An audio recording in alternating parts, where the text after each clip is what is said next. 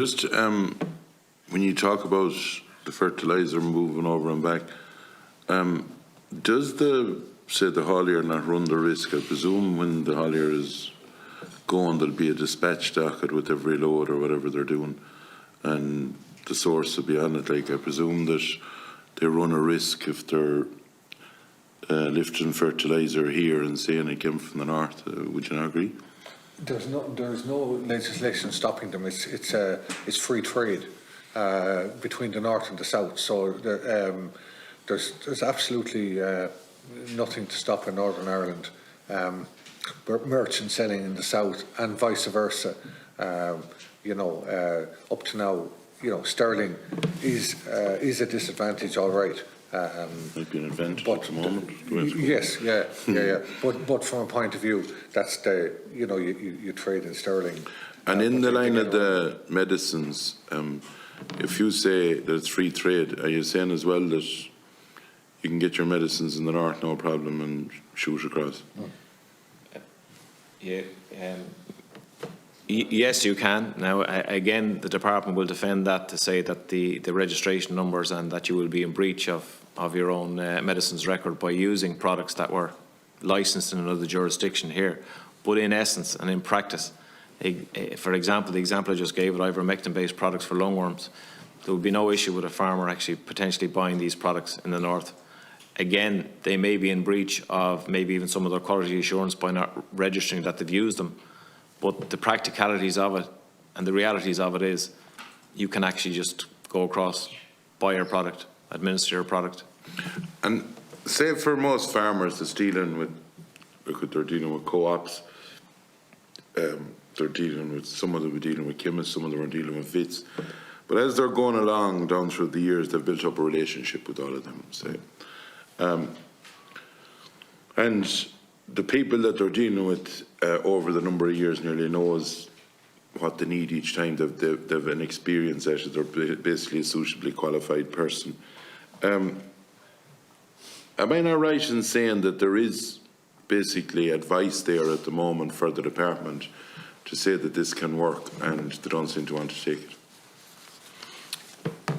Look, again, I suppose I'm repeating myself, is that yes, the advice is there, or the possibility is there to amend that 2007 regulation to actually recognise that the responsible person was, as you just outlined, de facto offering prescription and prescribing advice to farmers. So that is there for the department, yes.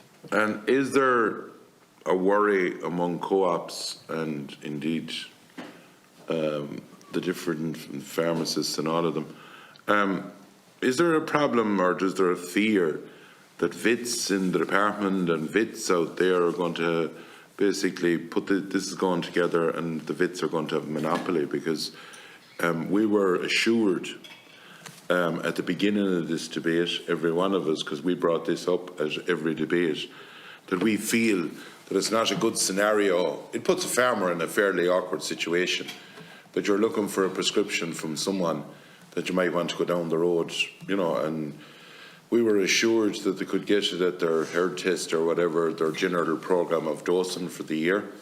But in anything we're hearing so far, it's not working out that way, to be quite frank about it.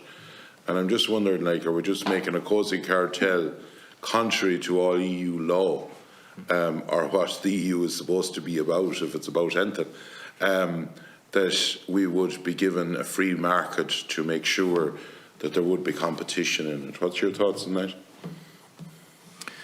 I couldn't agree with you more. The regulation itself actually uses the term there has to be increased availability to farmers of antiparasitic products, and we believe this will be completely counter to that, that this will narrow the channels so much that there will not be increased availability, because you've just outlined there the realities we feel already has happened with intermammaries.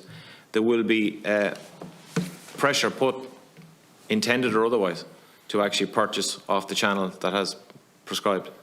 And that's, I suppose, the thrust of the argument we have here, that this thing will be counter to the regulation itself, not a mind competition. Competition will be decreased as a result, but availability, which is in the regulation itself, will be decreased. In relation to the fertiliser, John, So what you're saying is there doesn't seem to be any clear guidance there at the moment for the person that, just say a person isn't getting a single farm payment, they're under a herd number, they might have a horse or an ass, whatever, and they mightn't be farming just only as a hobby, and they might be getting a few bags of fertiliser. So you're not clear at the moment from what you're saying. They don't seem to be in the system or going to be in the system. It'll be just probably the farmers that are registered with the Department of Agriculture. Would that be fair to say? That's very fair to say. There's no clear guidance there. Yeah. So we won't know then if they're hell bent on knowing the amount of fertiliser that's bought in Ireland. They won't be in a position to know that realistically. They'll have a fair idea, maybe 90% of it, but there could be another 10% there that they might know about when they're trying to save the world, by the way. Yeah, and the import stats are there to tell us what we're using overall in Ireland. So we do have a good figure. Well, if the import stats are there, though, you mentioned a while ago that fertiliser goes up and down across the border. Right. So it's hard to nail it down, sort of. Very hard, yeah. And, you know, within the import stats, the sellers, the importers here give a figure that you know, it's for Irish use only, as they believe, and indeed the Northern Ireland producers give a figure into what they believe comes across the border. But you're dead right; it's only an estimate. And I suppose a bit different to what you're talking about. Have you concerns about fertiliser next year? Yes. Yeah. Yeah. Okay. Thanks, Chair.